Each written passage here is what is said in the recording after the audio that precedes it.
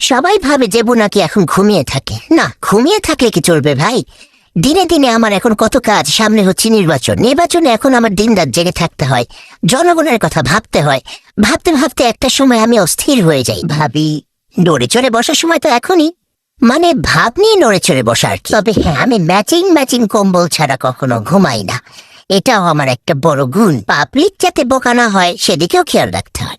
এখন তো নির্বাচনের সময়, আমার তো ভাই এখন সারাদিন অনেক কাজ। পাবলিকের অ্যাটেনশন পাওয়ার জন্য যা যা করা উচিত আমি তাই করি। এই যেমন মনে করেন, আমাকে কেউ ফল দিয়ে গেল, সে ফলগুলো আমাকে এখন খেতে হয়।